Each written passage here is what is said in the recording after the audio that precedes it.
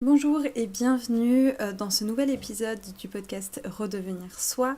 Aujourd'hui, on se retrouve dans un podcast pour parler de la peur du manque. La peur du manque, donc à travers quoi elle se voit, comment elle se traduit, d'où est-ce qu'elle provient, comment la combattre et surtout à quoi est-ce que ça vient toucher à l'intérieur de nous. Alors, cette peur du manque-là, elle a été importante pour moi d'être abordée aujourd'hui parce que je la vois très souvent, soit à l'intérieur de moi d'ailleurs, ou soit chez mes coachés. Mais avant de commencer à parler de ça, j'ai quand même envie de te rappeler le but de ce podcast. Le but de ce podcast Redevenir Soi, c'est de tout simplement pouvoir t'aider à être toi-même dans ton entièreté, dans ton identité, sans devoir dépendre de la vie extérieure, des autres, ou de l'extérieur en général, mais plutôt juste en dépendant de toi-même, quoi, pour pouvoir redevenir la personne que tu es réellement. Et tu verras que c'est très en lien avec ce que je vais te dire dans la peur du manque. Alors, on va commencer doucement en se demandant quand est-ce que on a en fait cette peur qui s'exprime, parce que la peur du manque, soit dépendamment du niveau de conscience que tu as sur toi-même, soit tu le sais directement que tu as une peur du manque, ou soit elle se cache vraiment bien et tu t'en rends compte qu'en creusant. Alors déjà, un premier truc que tu peux te rendre compte, c'est quand tu vas essayer de faire une action précise, peut-être aller parler à ce mec qui t'intéresse dans la rue, aller dans la rue, peut-être pas, surtout en période de confinement, je suis pas sûre, d'aller lancer ton business, d'aller déposer ta lettre de candidature, peu importe, des actions comme ça que tu peux mettre en avant, tu te rends compte que tu as peur. Alors, juste cette notion-là, juste déjà pouvoir mettre le doigt sur j'ai peur, j'appréhende quelque chose, j'appréhende une issue, une autre, et en fait je me rends compte que là, à ce stade-là, peut-être que j'avais juste peur de l'échec ou de la réussite. Admettons, déjà tu as fait la première phase et peut-être que je ferai un autre podcast sur la peur de l'échec ou de la réussite parce que c'est aussi très intéressant. Mais c'est pas fini parce que tu obtiens cette chose-là, tu y es quand même allé, tu es allé au-dessus de tes peurs, bravo, peut-être que tu as utilisé des méthodes que je peux aussi donner dans mes coachings bientôt sur la chaîne YouTube Déborah Campbell Coach sur comment aller au-dessus de ses peurs en utilisant son identité. Mais en tout cas, tu es allé au-dessus de cette première peur, bravo. Par contre, tu te rends compte qu'une fois que tu as cette chose-là, tu as quand même aussi à l'intérieur de toi une petite peur, une petite appréhension, une petite inquiétude. Tu as tendance à comme pas réussir à profiter de la chose que tu as obtenue. Et tu peux te surprendre peut-être en voyant que la personne t'a envoyé un message, en voyant que je sais pas, qu'est-ce qui pourrait arriver d'autre, que tu viens de recevoir un mail, et tu vois que juste avant de l'ouvrir, t'as une petite inquiétude. Qu'est-ce qui est écrit dans ce mail? Peut-être que la personne elle veut me virer, peut-être que la personne elle veut partir, peut-être que la personne elle veut arrêter, peut-être que demain, parce que ça se passe aussi beaucoup avec l'argent, la peur du manque, peut-être que t'as peur d'ouvrir tes comptes en banque et de te rendre compte que y a quelque chose qui est parti, il y a la banque qui t'a fait qui devait venir faire un litige, ou t'as je sais pas, une formation que tu t'es payée qui vient d'être passée. Et t'as peur de voir ce négatif, ou c'est même pas forcément dans le rouge, mais juste voir que t'as moins d'argent qu'avant. C'est un truc, la peur du manque, qui arrive quand tu as déjà la chose. Pourquoi? Parce qu'en fait, il y a beaucoup moins de chances d'avoir peur de manquer quand on n'a déjà pas beaucoup de choses. Par contre, au contraire, quand on a beaucoup de choses, ou quand on commence à avoir des choses qu'on n'avait pas l'habitude d'avoir, et aussi dans notre ancienne identité, là, on n'a pas envie de s'en séparer, en fait. Donc, la peur du manque commence à arriver, il va falloir qu'on puisse dealer avec. En fait, ce qui va se passer dans cette peur du manque, c'est que on a tendance à attribuer beaucoup plus de positif à obtenir cette chose-là dans notre vie et à la garder dans notre vie plutôt qu'à s'en séparer. Typiquement, on se dit, si la personne, elle nous envoie un message et qu'elle nous quitte, ou que la personne nous dit qu'on est viré, ou que la personne part de notre boîte, ou qu'on a moins d'argent sur notre compte, déjà, premièrement, dans la société, on a tendance à dire que c'est moins valuable, mais aussi de toi à toi-même, t'as galéré peut-être pour les avoir, t'as pas envie de t'en séparer, et donc tu vois beaucoup plus d'avantages au fait de le garder qu'au fait de te séparer de ça. T'as la sensation que ta vie finalement elle serait moins bien si tu n'avais plus cette chose. Ou que même si on va un peu plus loin, que tu vaudrais moins bien, que ta valeur pourrait changer en ayant cette chose-là ou pas. Par exemple, si tu es une personne en couple et que tu deviens une personne célibataire, peut-être que ta valeur aussi à toi elle change. Si tu es bien payé ou au contraire tu es moins payé, peut-être que ta valeur aussi à toi elle change. Et t'as l'impression que finalement, si on te sépare de cette chose-là que t'as réussi à accueillir, ça changera le cours des choses pour toi. Et on a quand même une envie folle de pouvoir contrôler ça, quoi. Du coup, on commence à avoir tendance à développer des mécanismes pour essayer de pouvoir contrôler ça et d'essayer de ne pas manquer de ça. Typiquement, on va reprendre l'exemple du couple, on va se dire, ou de l'amitié d'ailleurs, on va se dire peut-être que si je suis assez gentille, ou même dans l'entreprise ou peu importe, peut-être que si je suis assez gentille, la personne elle partira pas, ou elle voudra pas que je parte. Peut-être que si je travaille assez, mon chiffre d'affaires il va pas baisser. Donc on va essayer de contrôler finalement cette peur de manquer en faisant des choses en prévention, avant même qu'on manque. Se dire, si je donne assez à mes clients, peut-être qu'ils vont pas partir du jour au lendemain. Parce qu'ils vont continuer à me payer. Si je suis assez accueillante avec mes associés, peut-être qu'ils vont pas me laisser tomber. Si je suis assez cool dans mon groupe d'amis, peut-être qu'on va pas m'oublier pendant les vacances. Là, on essaie de mettre déjà en place des mécanismes de protection pour prévenir ce futur manque qui est possible. Je comprends, c'est tentant, mais c'est pas une solution. Et pourquoi ? Parce qu'aujourd'hui, j'ai recensé 3 causes qui peuvent expliquer en tout cas pourquoi tu as peur du manque et pourquoi aujourd'hui ça continue de te bouffer malgré le fait que tu essayes de prévenir au lieu de guérir. Ce qui est quand même cool, je t'avais déjà fait un podcast sur le fait de prévenir au lieu de guérir. Je parle surtout de tes émotions. Tu pourras le voir, je te le mettrai dans le petit ou en lien sous le podcast. Alors la première cause, il n'y en a pas que 3 bien sûr, mais je t'ai recensé les 3 premières. La première cause que tu peux avoir au fait d'avoir peur de manquer, c'est ta perception en fait de ce que tu contrôles et de ce que tu ne contrôles pas. Parce qu'aujourd'hui, ce que tu essaies de faire, c'est d'essayer de contrôler une circonstance.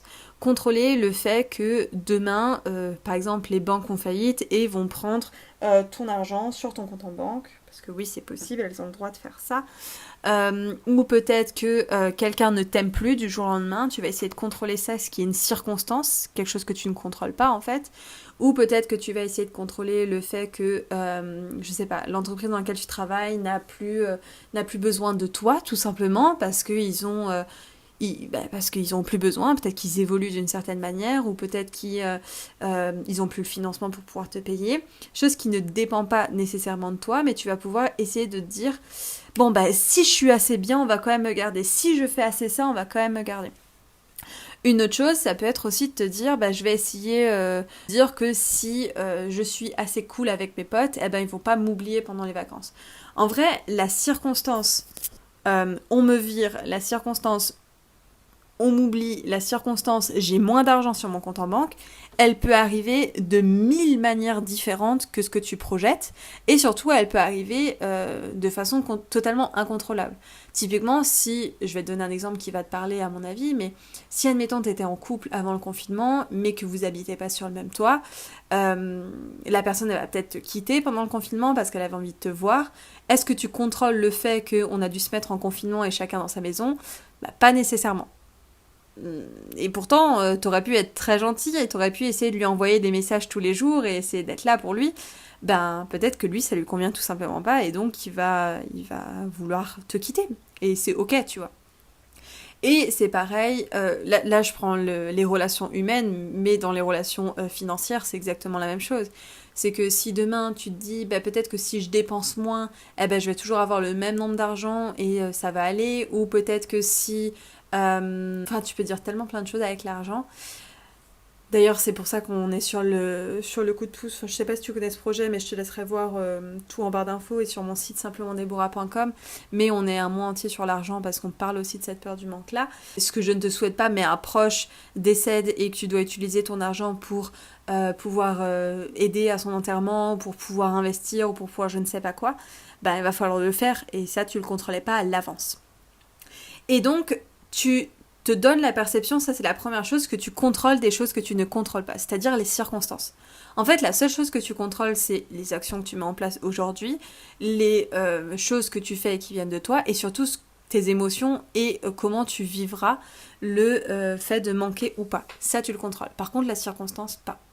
La deuxième chose qui peut expliquer le fait que tu as cette peur du manque, c'est que ça peut être intimement lié à ta peur de l'abandon ou à ta peur du rejet que tu entretiens à l'intérieur de toi. Et je précise que tu entretiens à l'intérieur de toi parce que même si ton enfant intérieur a souffert d'abandon ou de rejet et a cette blessure à l'intérieur de lui, c'est toi aujourd'hui qui l'entretiens à travers tes schémas de pensée, tes schémas émotionnels.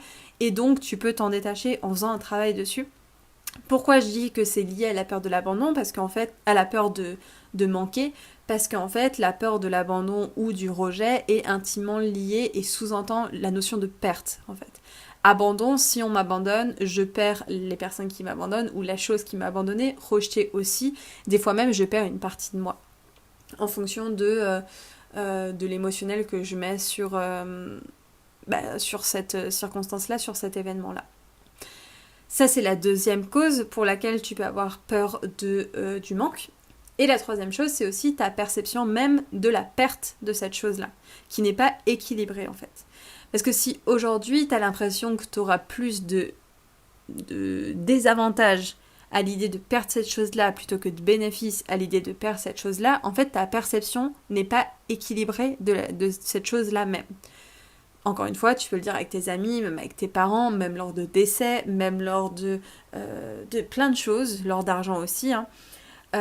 Aujourd'hui, si tu veux que les choses soient équilibrées et que émotionnellement ce soit équilibré, tu devrais avoir autant d'inconvénients que de bénéfices à avoir ou à ne plus avoir cette chose-là.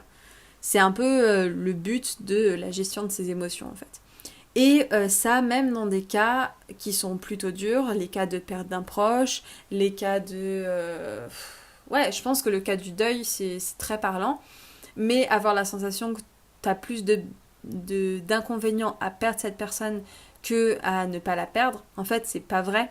C'est pas accepté, c'est tabou de dire ça, mais la réalité c'est que c'est aussi pour ça que les gens arrivent à se remettre d'un deuil, ceux qui arrivent, c'est parce qu'ils voient aussi tous les bénéfices que la personne à l'idée de partir, à l'idée de ne plus être de ce monde, a eu en fait tout simplement. Peut-être qu'elle souffrait, peut-être que maintenant elle souffre plus, peut-être qu'avant elle prenait de l'espace dans ton temps et que tu devais aussi penser à cette personne-là et à son soin, alors que maintenant tu as le bénéfice de pouvoir penser à toi, à tes projets.